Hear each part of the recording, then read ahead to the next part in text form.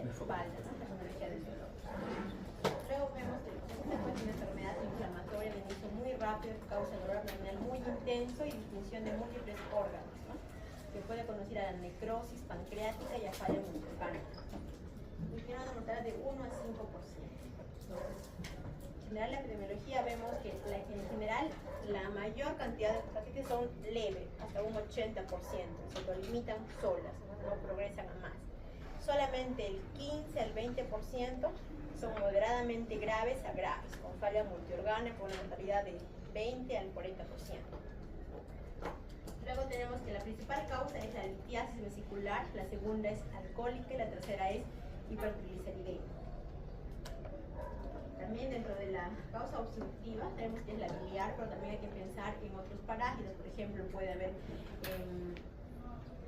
fasciola hepática que puede causar que no haya flujo biliar, entonces puede ocasionar también una pancreatitis aguda, alcohol, como ya vimos, fármacos traumáticos, genéticos. Estos son los fármacos que comúnmente causan pancreatitis, ¿no? El paracetamol, la miodarona, el enalapril, es bueno saber.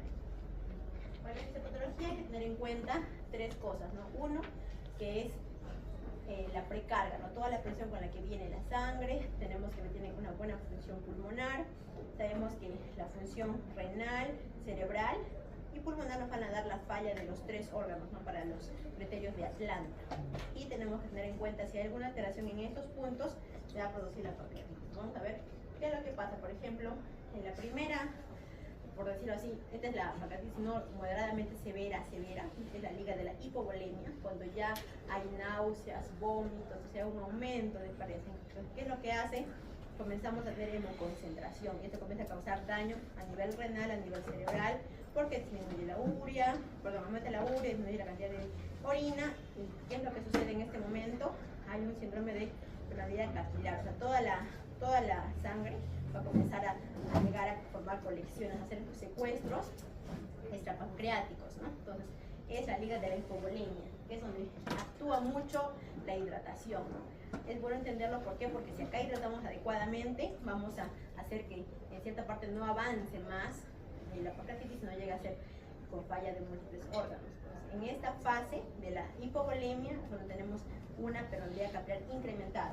Pero ¿qué pasa? Cuando es más severa, ya se llama como una liga del shock difundido, donde ya hay tanta inflamación que ya ni siquiera es posible compensarlo con hidratación. Entonces es mucho más grave, hablamos de pancreatitis severas que están en UCI, ¿no? Luego, bueno, ya ustedes ya lo han visto, que es parte de la inflamación de la pancreatitis, ¿no? Entonces, son dos tipos que se presentan comúnmente. Uno es la intersticial edematosa y el otro es la necrotizante, que es un menor porcentaje. Esto es importante que tengan que saber ustedes, porque vemos que en la pancreatitis hay dos tipos de fases, ¿no? La fase temprana y la tardía. En la fase temprana ya sabemos que hay una cascada inflamatoria, puede haber translocación bacteriana. Entonces, normalmente cuando es leve, solo llega a esta fase temprana y luego se resuelve. Cuando es severa, vemos que hace un pico en esa fase temprana y luego en la fase tardía, donde hay las colecciones, por ejemplo, agudas líquidas, peripancreáticas, necróticas, pseudoquistes, estas son las complicaciones locales a nivel de páncreas, ¿no? Y podrían progresar a sistémicas. Entonces, ¿para qué es bueno saber esto?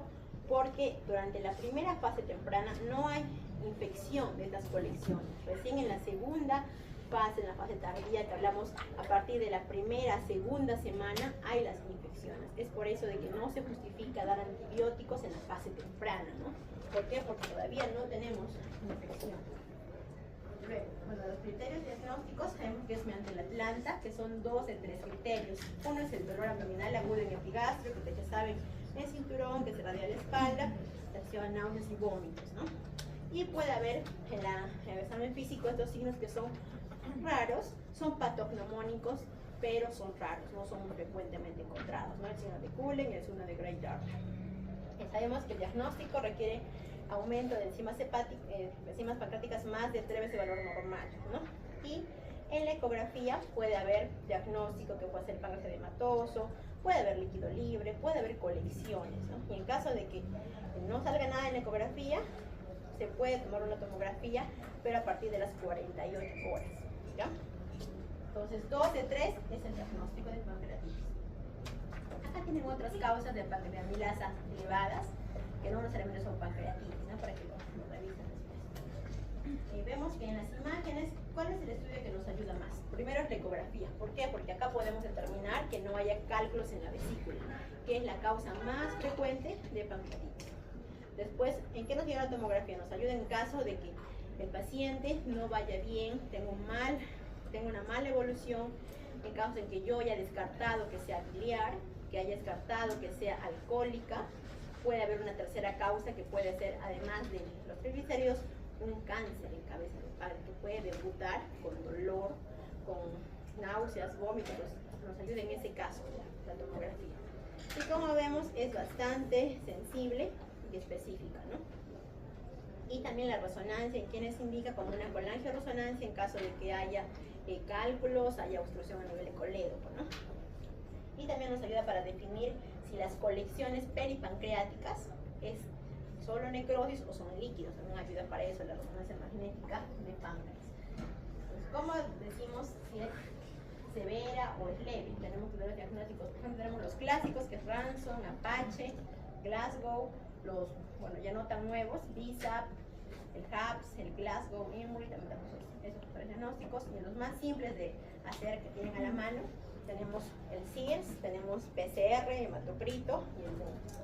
Entonces, ¿qué es lo que nos dicen las guías acerca de esto, no? Es bueno utilizar cualquiera de ellos, pero hay que tener al menos uno o dos predictores de severidad, ¿no? Entonces, por ejemplo, ¿qué otros hallazgos clínicos nos ayudan a saber que el paciente puede ir a un curso severo? Por ejemplo, la edad, ¿no? Por eso es que es importante el PISA, ¿no? Edad más de 55 años tiene más riesgo, ¿no? Incluso más de 65 años tiene hasta 15 veces más de riesgo de ser más severo. La obesidad, el estado mental alterado, enfermedades asociadas, renales, por ejemplo, y también el CIS, ¿no? Es muy importante que ustedes sepan definir CIS y puedan identificarlo en sus pacientes.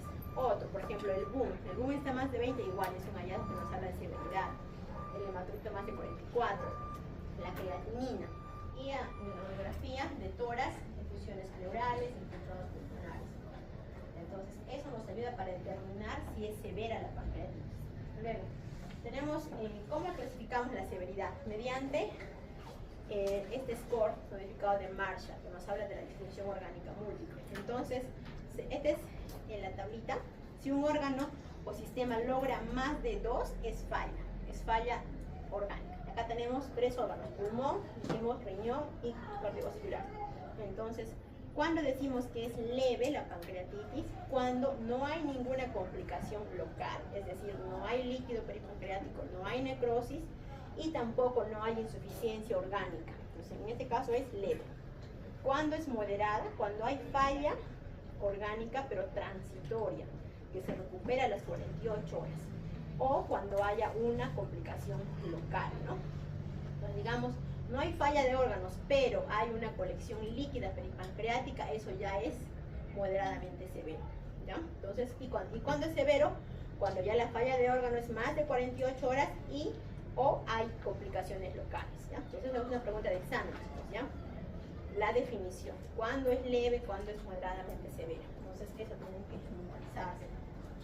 Bueno, acá un poquito más de los scores, bueno, que ya ustedes lo van a revisar, que aún así sirve, ¿no? Son muy antiguos, pero según ellos sirve para poder identificar cuándo es severo y cuándo no. El Apache también, que es complejo, pero ahora tienen todo en las calculadoras, entonces no hay problema. Y cuando ya hablamos de la PCR, de la propacitonina, vemos que se diferencia, ¿no? Cuando hay solo edema en el páncreas, vemos que en este caso los niveles de PCR van a aumentar, pero después caen, ¿no? O sea, es normal encontrar una PCR alta al tercer, cuarto día, después va a caer. Mientras que cuando hay necrosis, va a estar la PCR constantemente elevada, ¿no? Entonces es una diferencia para que ustedes puedan identificar. Después vemos, bueno, acá también, ¿no? Recomienda que hay que utilizar algún predictor de severidad, ¿no? Puede ser Apache, pero hay que utilizar siempre, al menos uno o dos de ellos. Acá hacemos puntos de corte para que lo puedan revisar. Y bueno, algo más, una pregunta de su examen va a ser esta, ¿no? ¿Cuáles son las indicaciones de la tomografía?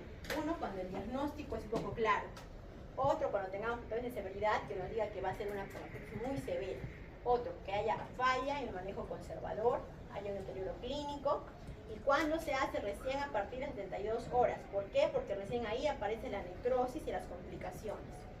Otro, la resonancia magnética, ¿cuándo es mejor? Cuando la tomografía no es concluyente, por ejemplo tiene una falla renal aguda o es alérgico al contraste. En ese caso recién es buena la resonancia. Y como les había explicado, más de 40 años en quienes no está establecida la causa de la pancreatitis hay que considerar cáncer de páncreas. Pues en todos los pacientes mayores de 40 años yo le descarto que sea alcohólico, que no tenga cálculos en la vesícula, que no sean triglicéridos. ¿Qué hago yo? Pido una tomografía. ¿Ya? Eso es lo nuevo que salió en la guía americana de gastroenterología. ¿Ya? Eso es bueno. Bueno, acá está cómo es que se ve la severidad según la tomografía, ¿no? Que también ustedes lo van a revisar. Tenemos acá Baltasar, los grados bajo, medio y alto, ¿no? Y algo un poco acerca de las colecciones. ¿Cómo son las colecciones? Cuando las colecciones están menos de 4 semanas, tienen estos nombres. Cuando es solamente líquido, se llama colección líquida aguda peripancreática. Cuando ya es necrosis pancreática, se llama colección necrótica aguda. Estas progresan más de 4 semanas. ¿Cómo se llama? Pseudoquiste pancreático, o sea, cuando es el líquido. Cuando la necrosis progresa, se llama necrosis pancreática encapsulada. En inglés, el wall of necrosis, ¿no? O el WON. Entonces, esas son las complicaciones. ¿Cómo las diferenciamos? Dijimos que la colección líquida peripancreática, uno es homogénea, como pueden ver acá, tiene una densidad líquida y no tiene pared definida. Y suele ser peripancreática, o sea, alrededor, no está dentro del páncreas. Y sin embargo, la colección necrótica aguda es heterogénea, hay densidades, tanto líquidas y no líquidas, tampoco tiene pared y normalmente suele ser pancreática, o sea, dentro del páncreas, y algunas peripancreáticas, ¿no? Esa es la diferencia entre las dos. Después el pseudoquiste, ¿cómo es, no? ¿Cómo progresa esta colección? Es homogénea, es líquida, tiene pared, ¿no? Ese es lo más importante. Tiene pared y está fuera del páncreas. Esa es la diferencia, ¿no?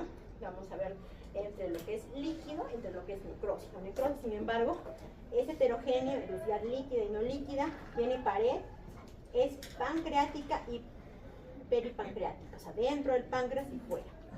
Entonces, traten de mostrarlo de esa manera, ¿no? Todo lo que es líquido está peripancreático, no tiene pared y es homogéneo, ¿ya? Lo que es necrosis es heterogéneo y está dentro del páncreas y fuera del páncreas, ¿ya? Entonces tienen que tratar de mostrarlo de esa manera. Por ejemplo, esta imagen, a ver, ¿quién me puede decir qué es? A ver, ¿tú? ¿Qué imagen es? ¿Qué imagen es? La B, muy similar. ¿Qué es? A ver, ¿qué es? ¿Qué colección es? Vale, ¿sabes? Ya, clarito, chicos, mira, ya está. Está el páncreas, ¿no? Aquí está alrededor del páncreas. ¿Qué es? Es homogéneo porque bueno, está homogéneo, está un poquito hipodenso. Acá igual, entonces, ¿qué es? Si es homogéneo, y les digo yo que ya menos de 4 semanas, ¿qué es? Líquida peripancreática. Ya está. Ahora la siguiente. Que también está, mira acá más fácil. Es una colección necrótica. ¿Por qué? Porque es heterogéneo, no tiene pared, está dentro del páncreas. Y el pseudoquiste, como ven acá, está fuera del páncreas, tiene pared y es homogéneo. Estas imágenes también se las voy a colocar en su examen para que vean, ¿no? Qué tipo de lesión. Traten de ver las imágenes minimizadas, ¿ya? Y la colección necrótica encapsulada, igual, ¿no? La diferencia que dijimos que era intrapancreático, ¿no? Tiene pared. En este caso el dibujo tiene unas zonas que tienen como aire dentro, ¿no? O sea, eso puede ser que esté infectado, ¿no? Después, bueno, el tratamiento. Vamos a poner el tratamiento.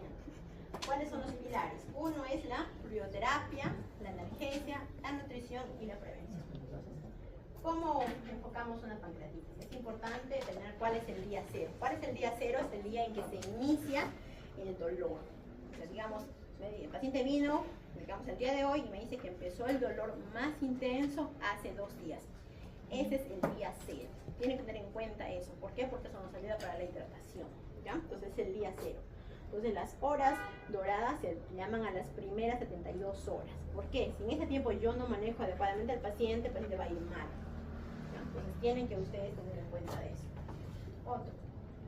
¿Cuál es el objetivo de la hidratación? ¿No? Es uno, compensar la pérdida de fluidos, mantener la perfusión del tejido pancreático, prevenir la hipercoagulación y debe ser rápida, ¿no? Dentro de las 24 horas y debe ser moderada, no demasiado agresiva. Antes se hablaba de hidratación agresiva, ahora ya no, ahora es moderada. ¿Con qué hidratamos? Tenemos ahí lactato Ringer, tenemos ahí suero fisiológico, ¿no? Las guías hablan de bastantes diferencias, ¿no? Puede ser lactato, pero ¿qué es lo que dice la evidencia? Que el lactato Ringer es mucho mejor. ¿Por qué? Porque evita la acidosis hiperclorémica, reduce la expresión de mediadores antiinflamatorios y tiene un efecto inhibidor del lactato en células infantiles. Entonces, es el efecto bueno del lactato de Ringer.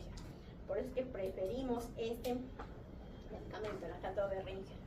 A pesar de que en los últimos estudios han hecho metaanálisis, donde hay una pequeña diferencia, no tan significativa como dice ahí, en reducir estadia hospitalaria, algunas complicaciones. O sea, la evidencia no es tan fuerte, pero aún así se inclina más a usar lactato de Ringer, ¿ya? Entonces, ¿esto en qué nos ayuda? En reducir la PCR y en reducción del CIES.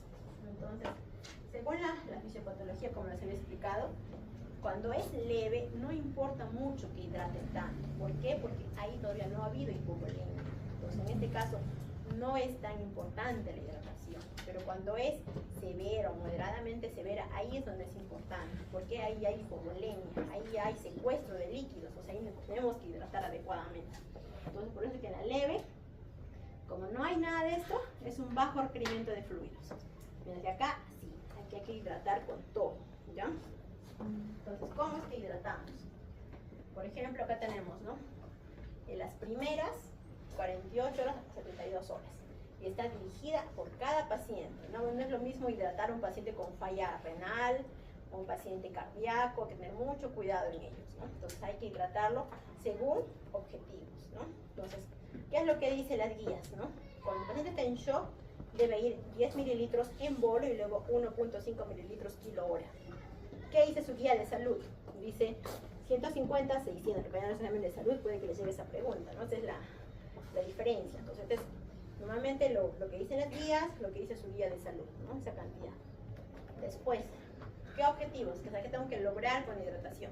Uno, que la frecuencia cardíaca baja. Otra, la presión arterial media debe estar entre esos rangos de 25 a 85. La diuresis debe estar entre 0.5 a 1.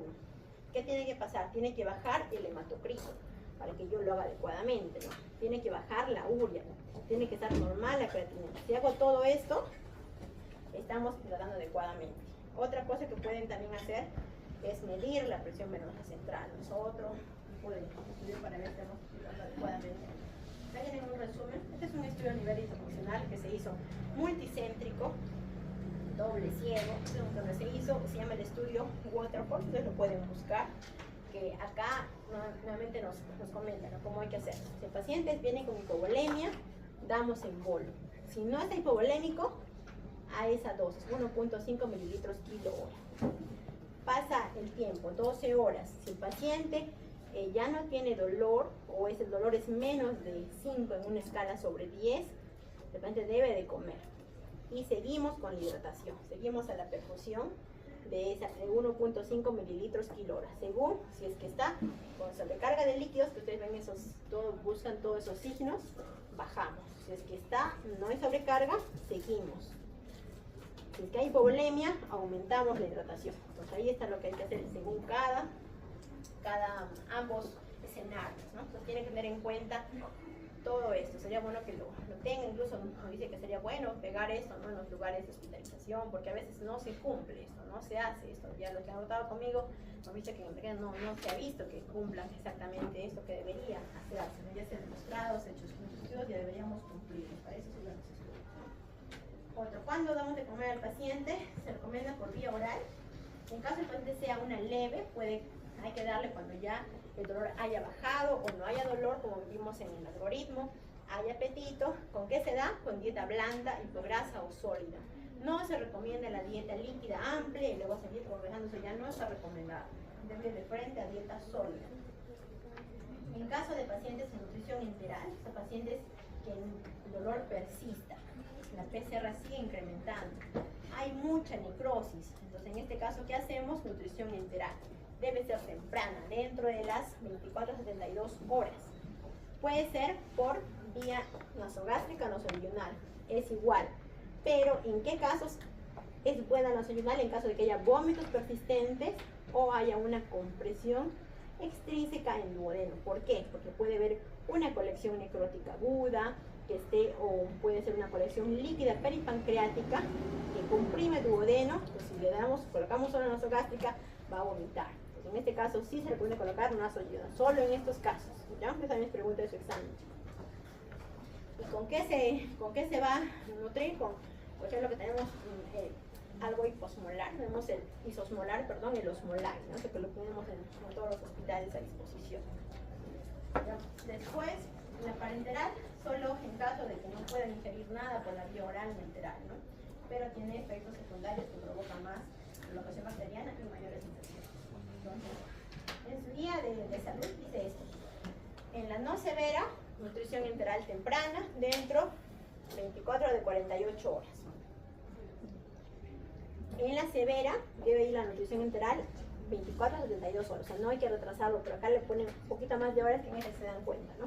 Pero no debe retrasarse más de 3 días la dieta, porque si ustedes retrasan la dieta, ¿qué pasa? El páncreas va a estar más hiperfundido, va a empeorar, va a haber más isquemia y es lo que no queremos, ¿no? Por eso es que se recomienda nutrirlo tempranamente. La analgesia. La analgésica debería ser indicada, individualizada en cada paciente, ¿no? Por ejemplo, ¿qué es lo que muchas veces decían las guías, ¿no? Hablaban de opioides, hablaban de tramadol, incluso hablaban de la codeína.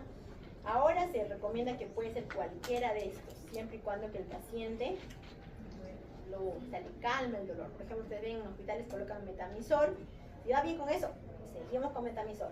Si no le calma, escalamos. Acá tenemos también cómo que debemos escalar, ¿no? Digamos con el metamizol, que normalmente solemos dar, no calma, o el paracetamol endovenoso, damos tramadol, ¿no? A esa dosis. Eso es lo que dice sus guías de salud, productos de salud. Lo que dice que el tramadol, si no aumentamos a tramadol 200 a 300, en caso de que no remita, morfina.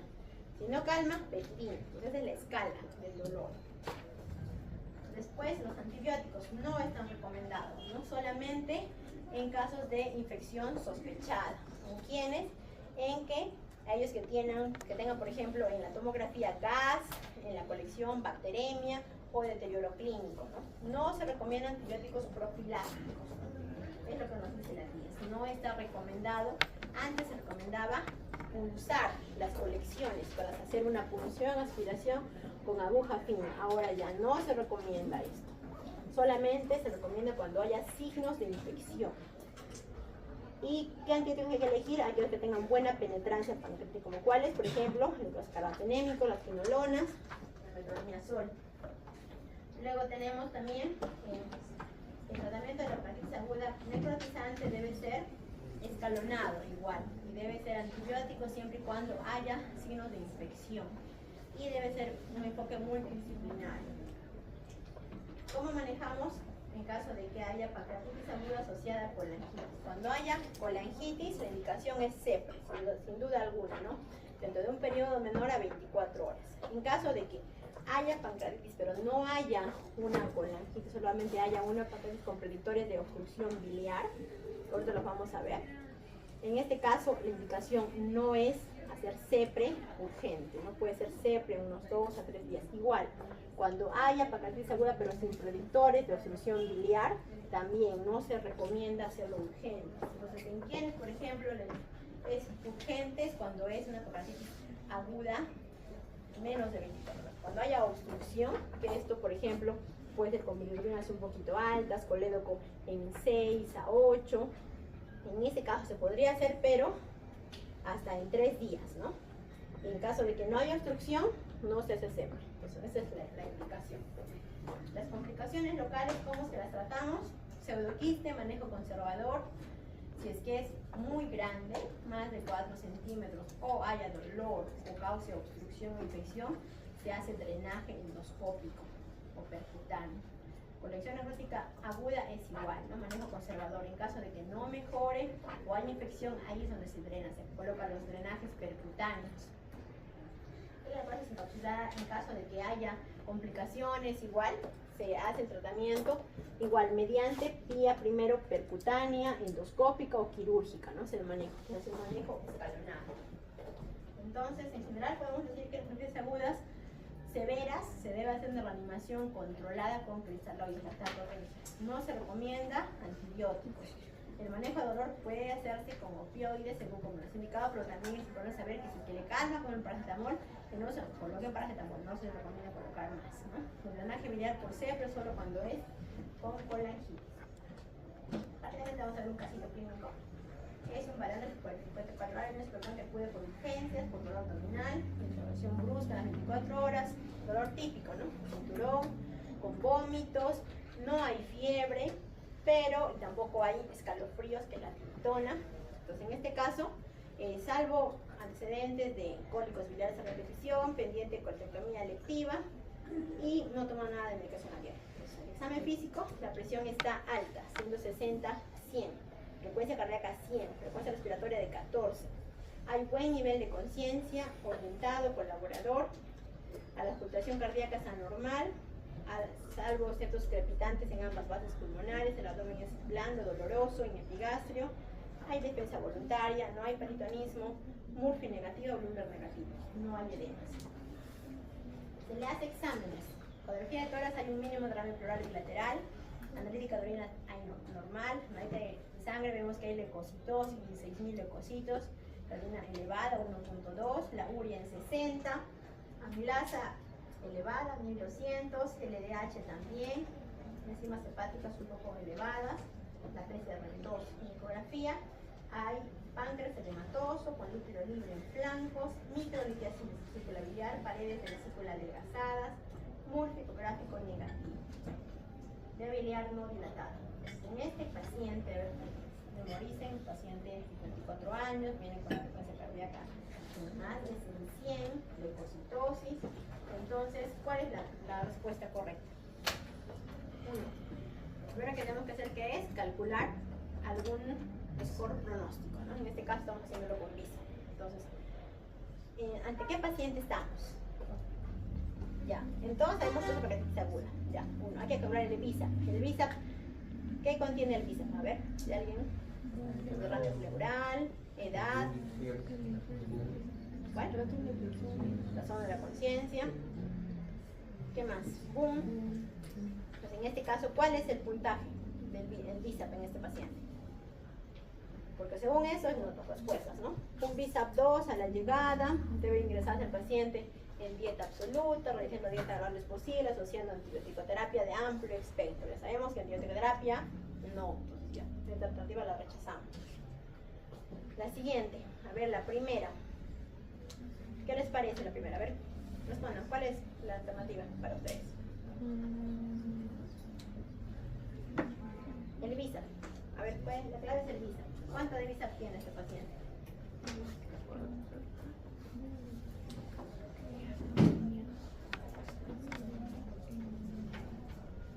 ¿Alguien?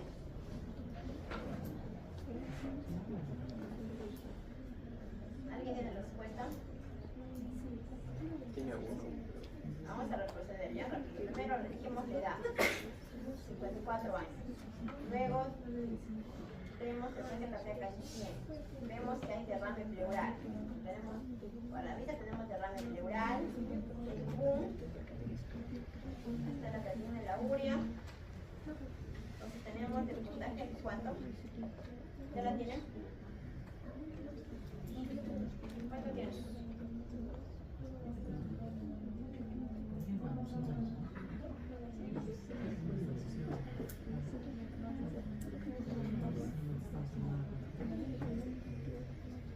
2, 3. 2. Ya, rápido, chicos. 2. ¿Por qué 2? Porque tiene el derrame pleural, tiene Y tiene el boom más de 25. la urea, ¿no? La urea es elevada. Calculamos el boom, que es un Entre esfuerzo elevado. En este caso,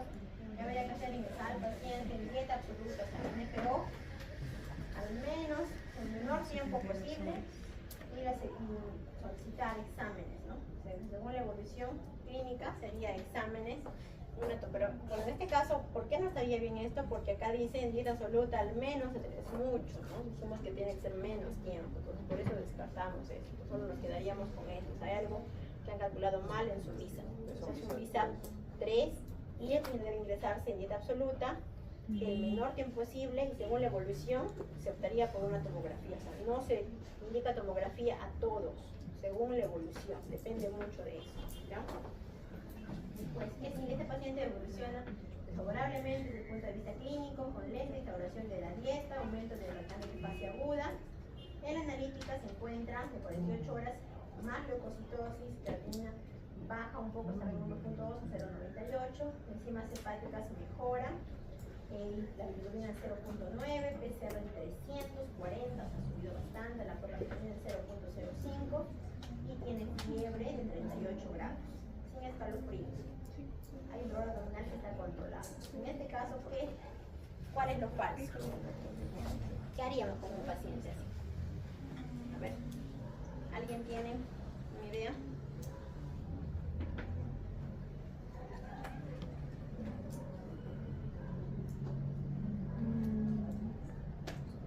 ¿Ya? A ver.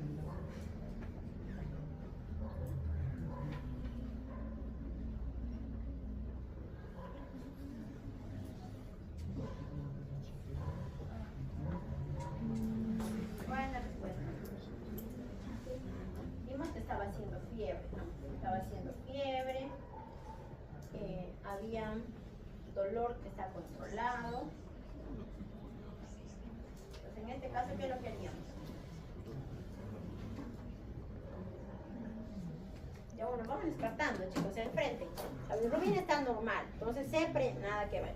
Ya otro, dieta oral y solo tirarías aparición de síntomas positivos, nada que ver, ¿no? De tomar evolución del paciente, aparición de fiebre, la tomografía de abdomen sí nos podría ayudar. Después nos pide la hemocultivos en el momento de la fiebre, que sí nos ayuda, pero porque también puede haber infecciones asociadas, otros focos. Entonces, en este caso, ¿qué hacemos? ¿Cuál sería la falsa? A ver. Esta va. Entonces, la falsa es la falsa.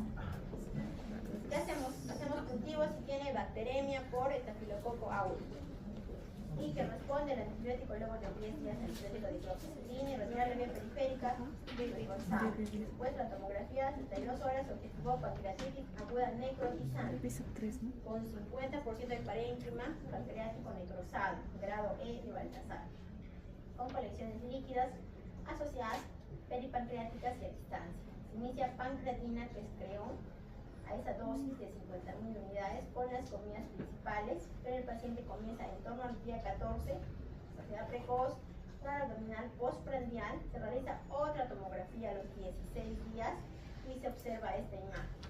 Entonces, ¿qué pueden ver acá, chicos? Dijimos que el páncreas, acá hay una colección intrapancreática, no tiene pared, vamos más de 10 días, bueno, 16 días, entonces, ¿qué podría ser?